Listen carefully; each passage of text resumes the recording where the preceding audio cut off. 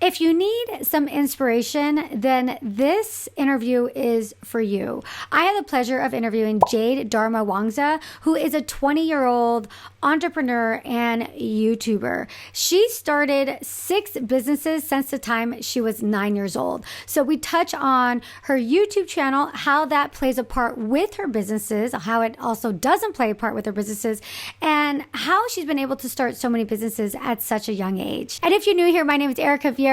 Give the video a like if you're excited to hear about Jade and her businesses and to get inspired. Mwah. It actually started to weird me out and ruin my content, and I lost a lot of my supporters, this has actually happened a year ago, which is really, I've never really talked about it. Well, hello, Jade. Welcome to the show. Thank you, Erika, for having me. Super excited. Yes, I'm really excited to dive into your entrepreneurial mind. I'm so impressed about the fact that you just turned 20 and you have several businesses under your belt already at such a young age. So for our listeners and viewers who aren't familiar with you, why don't you share with them a little bit about you, just a quick background, and really how many businesses you've started so far in your life and what those businesses are. Yeah, so hi everybody, I'm Jade. I just turned the big 20 last week, super crazy. But currently I'm the founder of a company called X8 Media. We're a media agency. We just finished a project with Netflix, P&G. So we run basically, if you ever see those annoying ads with influencers, you're wondering how did they get those deals? We manage some of those campaigns. And we work with a bunch of brands, also civic movements, which is something important to me. And I also run a YouTube channel and a personal brand. So that's me. But in terms of where I started from, my first business was at the age of 9. It was called Simply Kawaii. It was so cringy. So what we did is we sold little squishy keychains. At the time in 2010, it was really cool to have these bear keychains. So I would buy on Alibaba, and it's now it's called dropshipping. But at the time, I would literally buy products from China, import it to my garage, and just ship my products. And I would sell it on Amazon, eBay, Etsy. This was very early stages of content marketing and drop shipping, but it was so crazy because I did not know what I was doing. But as a kid, I was I think I made $5,000 for my first store, and it was really fun. I was wow, I get to sell toys.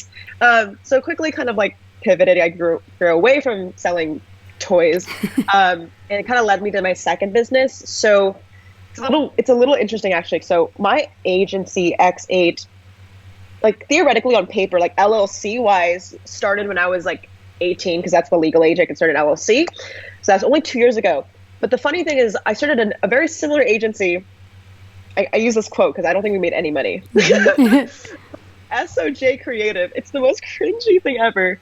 But it's funny because I had the same intentions that my company does today, but we just had no clients and I was working for free. We ended up closing one client. It was a bubble tea shop. But it was funny because I had no idea what I was doing. So I was 15 at this time. And I remembered I couldn't make money because my mom, I had to use her PayPal account. It was just so weird. I remembered navigating entrepreneurship at 15, 16 was just such a weird time. I remembered I would, my goal for Sausage Creative was to run Instagram marketing for small businesses, think coffee shops and bubble tea shops. And I remember during my lunch break, I would I'm keeping I'm in high school. I should be hanging out and networking with the cool people, but I was down the street at bubble tea shop pitching my ideas for Instagram for them. So cool. And that was my second business, which is super funny because I'm still doing the same thing. It's just now a lot larger projects. Mm-hmm. But I think everybody starts somewhere, and I think it's super important. And this can go to a whole tangent, but sometimes you start something and it doesn't work, but it doesn't mean in the next few years it's not going to evolve into something better, which led me to my third company. So for some reason, I thought I was really smart and really cool, and I should go into software. So my third company was called Personal Brand Journey. It's a text message app software. So we actually did really, really well in terms of getting really popular creators on the platform to text their audience. I mean, honestly, you probably right now interacted with a text bot at this point. We were just one of the earlier ones, and this was when I was 17. It was called PBJ. And then I had Eat Like, which is my food subscription box. I know this is really random. We went from agency to tech company to food subscription box. But that was Eat Like, where you can eat your favorite creators. So we had a marketplace of 30 creators, and we worked with brands, so you could eat like it's like HelloFresh but make it influencer edition, and it arrives me to my now company X8, which is the same company honestly as SOJ Creative. It's just a lot more official. Yeah, yeah. And we have an actual team and we have a great client roster. But yeah, those are my projects, and I think that I can go into the sixth company, which is my newest venture. But for now, I mean, like these 5 brands I've built definitely shaped me to who I am today, and you could call them failures, but I don't think I could be where I am with X8 today without these experiences. Yeah. And so, this show is interviewing YouTubers. So that's how I found you, obviously, is the fact that you have a YouTube channel. So at what point did you begin your YouTube channel, and what was your thought process behind it? You obviously have a very business-minded mind. I know a lot of people start YouTube because I like makeup and I want to talk about it. But I have a feeling you didn't just want to just do a YouTube channel just for the sake of doing a YouTube channel. What was your thought process behind getting onto YouTube, and what were your goals with it?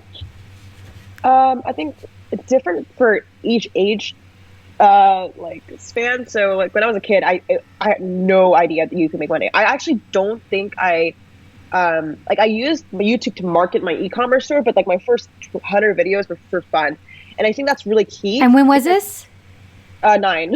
Yo, you were 9 years old. Oh, wow. So you started YouTube back, when you were starting your first businesses. Oh, yeah. So my first YouTube channel, that's why I actually got into e-commerce, because I was making little skits with dolls. And then I was like, oh, I could sell products with it. So I started to, I just liked making videos, and I like making little skits. So that's my first start. I think, when did I start to make money out of it? I really think it's only honestly, Erika, in the past 6 months, I was like, oh, I can utilize YouTube to funnel into my products. I'm very it's actually interesting that you say that, because I'm very intentional with being scared to monetize something I really like. For example, when you monetize a passion, it can feel like the passion and money can be mixed, and it feels not the same. So I'm very honestly nervous, and that's why actually I monetize in different ways. I don't have a necessarily big incentive to grow my YouTube channel because I have X8, but I do that intentionally because I still market my products, and my people know me through my YouTube channel, which is a little bit more subliminal, but I don't actually intentionally try to grow a YouTube channel to monetize directly. If I were able to say if we were able to see my focus, I think in the past 6 months, I've only started to really focus on brand partnerships and really taking sponsors. But for the longest time, I was actually scared of that all. I don't know why, but I think it's just I really like YouTube as a passion, and I don't want to entwine it with something that feels maybe more of a job. That's interesting. So your whole goal and intention with YouTube really isn't to grow your business. It's really because for the love of doing it, because you love just YouTube. And yes, and the minute I started to because then I got this weird aha moment. I was like, wait, I can make also a lot of money from it. It actually started to weird me out and ruin my content, and I lost a lot of my supporters, this has actually happened a year ago, which is really I've never really talked about it, but I realized it's a weird thing where if you want to make money, you got to stop thinking about the money. It's this weird thing where I learned that it is kind of strategic in a way. I love to grow a brand, but I realized the only way to grow a brand is if you don't focus and so obsessed with the end result. So now I have this whole reverse where if someone asks me are you doing YouTube for money, I automatically was absolutely not. I mean, that's a byproduct of it. I'm here for the community. I'm here to make great content, and if I do get a great result, which has been really great in terms of the channel growth, I say that's a plus. But it is really hard for me sometimes, because I went through a phase where I was very numerical and I could scale this, but I find that actually ruins the genuineness and community. When did you you said a year ago, but what happened that made this switch it sounded like you went from doing YouTube as a passion, and then you realized, oh, I can monetize this, and then you started to get kind of more strategic there, and then you almost switched back and said, wait a minute, I don't think I like that. What happened in those moments? That's a good question. I think, there's specific years. Okay, so this year I'm and I literally am about to make a video about this, which is actually kind of controversial to at least the YouTube marketing community, but I told the channel, I'm planning to make YouTube a hobby again. And I'm not demonetizing it. That's not the intention. It's just I'm not trying to actively pursue a growth model for it. So that's this year. So last year, I think I had a very big growth mindset in terms of like, so I think that,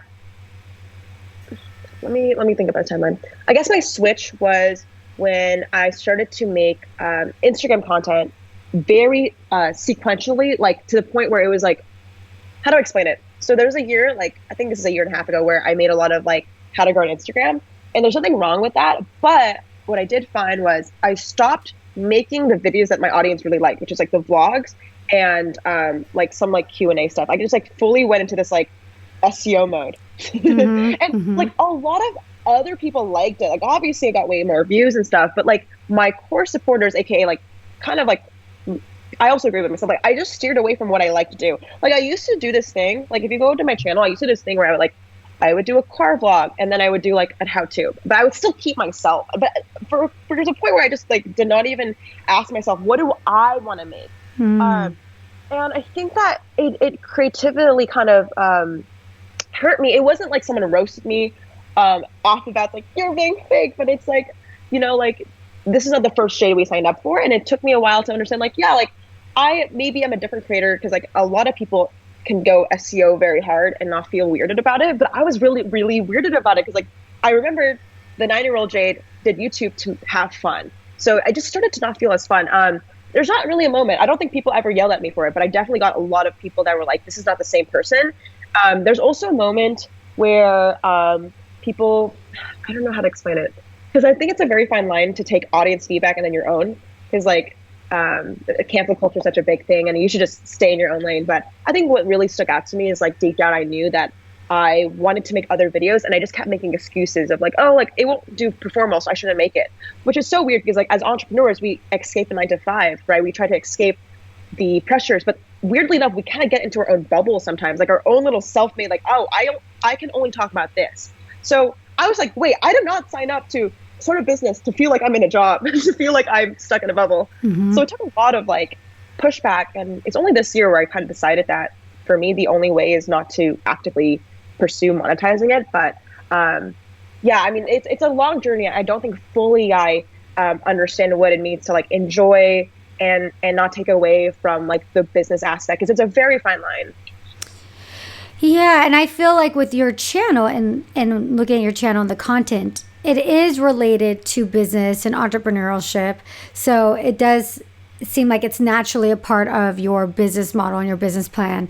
But at the same time, in talking to you, it seems like you naturally have this passion for business and entrepreneurship. So in a way, if you just kind of follow your passion, it does actually align with your business goals without trying too hard. Yeah, it's very interesting because right now with my YouTube channel, at least, and I'm experimenting, this is brand new, but I'm going into this like documenting phase where I'm like sharing the process of my agency. So my last video was about like a full breakdown, literally hour by hour of like my day in life, which is really interesting because it's not a vlog, it's really like scripted. So I don't even know how my audience reacts, but I think as a creator, right, like there is ebbs and flows. Like sometimes you figure out inspiration, like I love this series, right? Like your audience is super fired up of like, let's talk about this keyword, right? And then sometimes you find a dry spell and you're like, I have no idea what to make. So I think like for me, it's so interesting because this feeling I have with my new series, that it does feel really genuine to me. Like honestly, reminds me of when I was 9. It really does. Like it's such a weird thing. And I feel like I'm about to maybe not explode again, because like I did get a lot of viewers when I was like a kid making films, but like it's this new beginning. But if you asked me like 6 months ago, I was in a dry spell, like fully, like to be very honest, like I hated everything I made. So it's just so interesting how as a creator, it's not consistent in views and yes, in growth, but also like in your personal enjoyment. And I think that I'm just really excited, but it wasn't like that for at least like until recently. Well, a lot of YouTube involves having a sense of self-awareness to know not just what your audience wants, but what you want. And it's like you don't want to sacrifice yourself, right? Because you're the creator. So how does your business then of your X8, how does that play into your channel? Or maybe it doesn't at all. Can one exist without the other, or do they work together somehow? Okay, I think this is gonna like blow everyone's mind. It is completely separate, and I did this strategically. because I went crazy. Okay, I mean, like, think about it. Like, if you get canceled or you say something wrong, like, not only do you feel bad as a creator, but your revenue, like, it's like, that's really stressful. And I came from a lower income household, and my parents did everything they could, but like, I just like, okay, we got to think strategic here, Jade. Like, so like, I am the founder and the face of my agency, and I do get clients through the face, but I have this other way we acquire brands through our CRM and through our onboarding process that's like has nothing to do with me. So I think the answer is yes, but not fully. I would say 50% of leads in terms of like client projects and consulting gigs are through my face, which is great, and that's what my channel is for. But I also have this other aspect of like, I don't really need myself to pressure myself to perform all the time. And the only reason why I do this, and I don't think this is for everyone, I think that if you like can just fully separate your professional and personal self, you're totally fine. But if you're anything like me that feels like you love YouTube and like the views and numbers stresses you out, like by separating another way, it almost gives yourself the ability to create freely.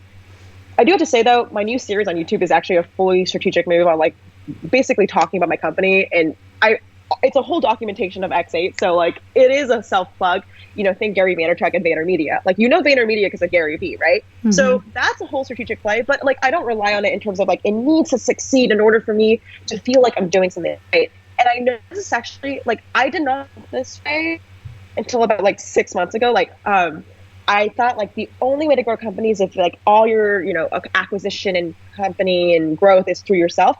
But that's really stressful. As a founder, you have to do things that diversify and almost give your company the ability to withstand without yourself. Like if Mark Zuckerberg got hit by a truck, Facebook would still be running, right? So I think if you're a hybrid like me, you're an entrepreneur influencer, you do have to utilize your face, but you also have to think about other strategic moves that allow you to maybe take a rest. So that's actually why I fully keep it separate. Share with us how you came about starting X8. I know it happened back, when you're 16 or 17, when you were younger, but I mean, how were you able to start it at that time? You're connecting influencers with businesses.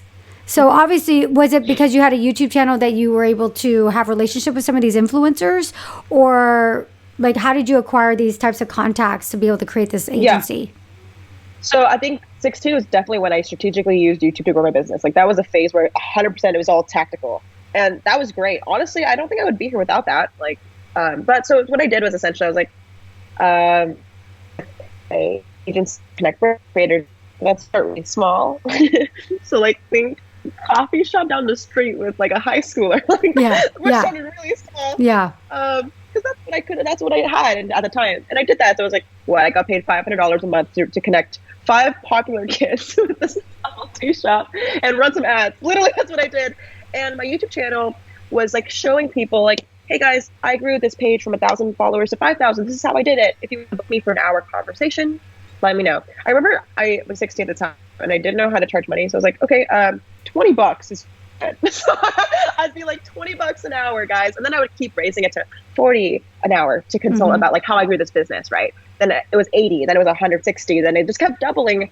And now actually my consulting is around $1,000 an hour, which is so weird to think about. Not weird as in like, I don't think I'm credible. It's just like, I started literally from like for free.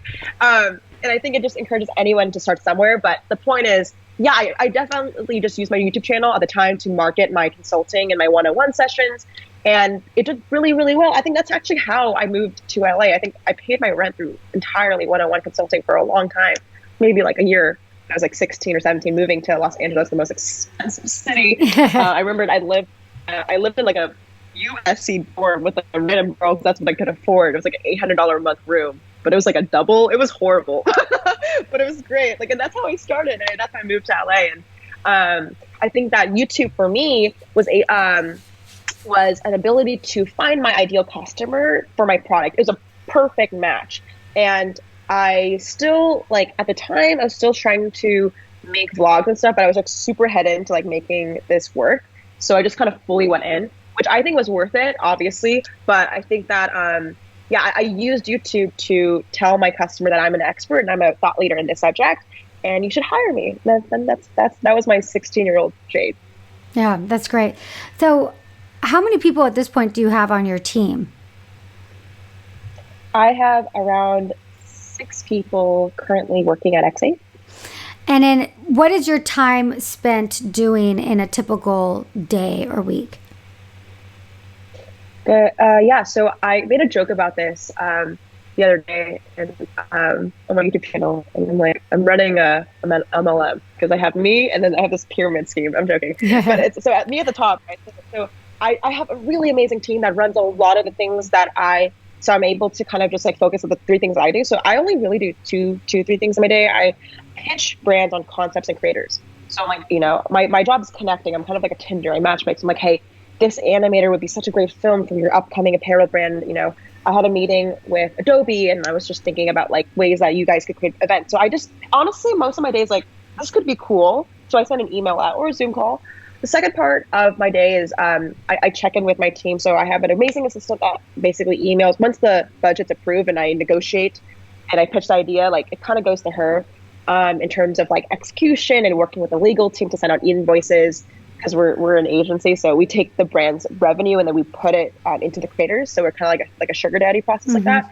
But in terms of like who else is on my team, like I have a very great team of YouTube editors that just allow me to focus on filming. So I guess that's another part of my day. The filming though, like I mentioned before, at least right now, I'm documenting my company growth. So it's kind of like my marketing material. Honestly, it's actually what I'm really excited for. Because I think it also aligns with what I like to do, which is making vlogs for fun. But that's an editing team. So I have 3 editors, and then I also have a copywriter who runs my social media. So I did not go into this, but if I could, I would go down the importance of having a financial and legal team. So I have a great attorney team, which is a little separate because they are kind of month to month. But I think that it's so important to have a really good CPA. I just had a meeting with her this morning. But yeah, so that's the collective. And I do have a few mentors in my life, which is not a part of the team, but it's so crucial to have in your personal life. And I have a therapist. So that was not about X8, but like, I do think it's super important as a founder to have people that support you. Yeah. So it sounds like you have a really nice team built out. At what point did you really start building your team? I know and what made you decide to kind of take that plunge? I know for a lot of, especially creators, right? Online or YouTubers, they always, oh yeah, it'd be great to have a team. But I think a lot of people, they maybe struggle with that first step. What was that for you? I just wanted a video editor because I was going crazy. I was making daily uploads. So I was like, hi guys, can I get a video editor? And someone was like, yeah, I'll work for free, because I didn't have money at the time. I was like 15, 16. So yeah, that's my first team. I'm honestly like, I know outsourcing is the scariest thing, because especially if you have a style, it's like, ooh, I don't want to trust someone, but you just have to live and learn. But yeah, my first video editor my first team member was a video editor. And that was amazing. And now, yeah, I mean, most of my team are kind of like my followers. It's a weird thing, which I actually love it, because they get my style, because the video editing is so specific. So that's how I started. Yeah, I was actually going to ask you, where have you found your team members? Are they people that reach out to you and say, hey, I want to be on your team? Or do you say, no, I don't? I know some people specifically do not mention it to their followers. They'll just kind of go separately. There's like different schools of thoughts. Yes. I think if you have the money, you should find, like, don't use your followers, because I just didn't have money at the time. So I was like, okay, who wants to be working for me at a rate that I can't afford? But now, I think I actually utilize like other like friends and family, but I think that it depends on where you're at. I think that if you have a startup, I think you have to utilize people that are passionate about something with you. And it just so happens to be my followers. But it did get kind of like, I'm not going to say it is hard to just keep it professional, not to put a lot of emotion with like, using your followers. But for me, it worked out okay. What about your X8 business are you most excited about? I'm really excited about the creator economy. I think that we're empowered. Like I make this joke, but we are the sugar daddy for creators. Like we have sponsored and worked with creators that were from also lower income households or communities of color. And I think that like what's super exciting is like I can see that like the gaps of the market. Like only 16% of artists are from lower income households. It's imagine this way. It's like I think that as a creator, if you're able to take a risk, it's maybe your family might have more opportunities, so you're able to take those risks. So people in just that don't have those equal opportunities can't. So I'm just super excited that like I can kind of see like the gaps in the market, and I can issue like, hey, I want to work with POC creators. I want to work with this because I think I believe in it. So I'm actually more excited that like I can empower my brand connections to give out cash and other opportunities creators. really, right, to help other creators. And I think that this is a whole other tangent, but there's this new rise of like NFTs and creators launching products in crypto, which goes back to the idea of like a permissionless system. And I think that I'm very excited that Equate can just be a little portion of it. I think there's a bunch of other agencies doing the same, but I think that for me, it's like, how can we fix this creator economy? And I think that a lot of people are entering it this year because of COVID, which is super exciting because like podcasts like this, people want to learn more. I think the gap is like, I haven't seen specifically an agency or an organization that like really help target these specific initiatives, and we want to be a part of that. How do you connect with these brands? Because that's a huge part of it. Well, I guess you're the middle person, right? You need to get the relationship with the brands and you need to get the relationship with the creators. We talked a little bit about the creators, but how are you connecting to these brands? Yeah, cold email. Like I'm not even joking. Now I don't do it as much because I can rely on like referrals, but like I literally last month emailed marketing at Chipotle for a campaign idea. They have no idea who I am, and now I have a meeting with their like head of global marketing. Like it's actually kind of funny. So I think it's like, and I could go into how I cold email, but it's really just like I reached out. If you don't, I mean, people are like, but Jade, you have a following, so like you email, Schmotle, they like know who you are. But I do think like, well, actually they didn't. I don't actually flex at all. I have followers, but I think that let's go back to like my first time emailing anyone before I had followers. Like I remembered I wanted to have a mentor. So there's this really big incubator called Y Combinator. So I was like, I want someone who's raised $500 million in Y Combinator. And I emailed this person and I was like, hi, I'm an 18-year-old. I don't know what I'm doing. Would you like, but these are my ideas. This is what I believe in. And I think it's like keep in mind, I emailed 300 people to get one response. So I think a lot of people don't believe in that. They just don't reach out. So if you admire someone, like be persistent and give value, of course, like don't just, I'm joking when I say like, I don't know anything. That's just my angle of like how I try to position myself. But in terms of like me, that's how I literally get 50%. The other 50% is making videos. Like obviously people know me from content marketing and social media, but that is like, that takes a long time. I've been making YouTube videos about like the creator economy for like 3 years. And it's funny because people watch my video from 2018 like, oh, I saw that video and now I'm here. So I think it's like, if you literally look at that timeline of like, sometimes it takes you a year, 2-3 years for your audience to kind of find you. You kind of have a bit more patience with YouTube. And that's why I keep saying like, I'm not trying to say don't monetize YouTube. I'm just saying don't have an expectation to immediately monetize with YouTube, because that will demonetize it immediately. Whereas if you have no expectation, you're creating freely, you're thinking about the audience, growth, users, it will just naturally happen. So I would say 50% cold outreach, 50% like my inbounds from content marketing. I love that. So, I mean, you gave a little hint, but I'm curious, just a few quick tips if someone's listening, like, yeah, what are your cold email tips? Yeah, I actually have a lot of ideas. Do you? I haven't talked about it before, so I'll share. So you want to be really sneaky. So like I go crazy on LinkedIn. Like I look at, say I'm trying to talk to CMO of Apple. I go on that CMO's app. Like you can actually, it's like really not that hard on LinkedIn. You just search CMO Apple, and you want to figure out it's really not that hard. People are like, how do you find their contact? It's like you just search it up. For me, I'm an agency, so we talk to marketing managers. So I can change the language a little bit. I can change to social media manager, but whatever, the marketing department. I go on their LinkedIn profile, I look at their activity. What articles are they reading? This is actually really key. Like you want to figure out like how can you become like a homie? Like you don't want to be. I actually hate very formal emails. So my script literally goes like this: Hey John, so that you're really interested in NFTs. So am I. But don't say like I found you on LinkedIn. Just say like, act like a friend. Yeah. And then for me, my ask is like, have you guys ever thought about running influencer campaigns for TikTok? These are some creators we worked with. Let's chat next week. That's my script. I think it depends on your industry, but like try to find something you have in common. If they don't have a public LinkedIn, like I don't want to get too stalkerish but like you can go to Twitter. Like you can figure out a way to figure out something you have common interest and make it genuine. If it's fake, they can smell it. Like if you're literally saying like, oh, you do email marketing, so do I. Like no, don't like fake it, but find something. And I think that's a really good open line. In terms of subject line, I do a couple of things. Like if I say like I'm going to propose a project with a creator, my current email headline is brand name X, creator name X platform, like TikTok or whatever. But in terms of like what I used to do, I think one of my actually most popular subject lines before was like, I saw this post you did 9 years ago. Here's my thoughts. Like you can almost this is kind of creepy, but you can kind of just like, if you are, it has to be genuine, like I said, but if you do really like this person, say you're a fan of Erika, or like you saw something she posted, or like you're a fan of me, like bring it back to 9 years ago, like, because that psychology gets like, whoa, you've been here for a while and like you want to know more. So it's like there's also that angle if you know them a little bit better. So say you want to work with Gary Vee, you can kind of do that. So those are my two methods, I would say, for creating really solid emails that are cold.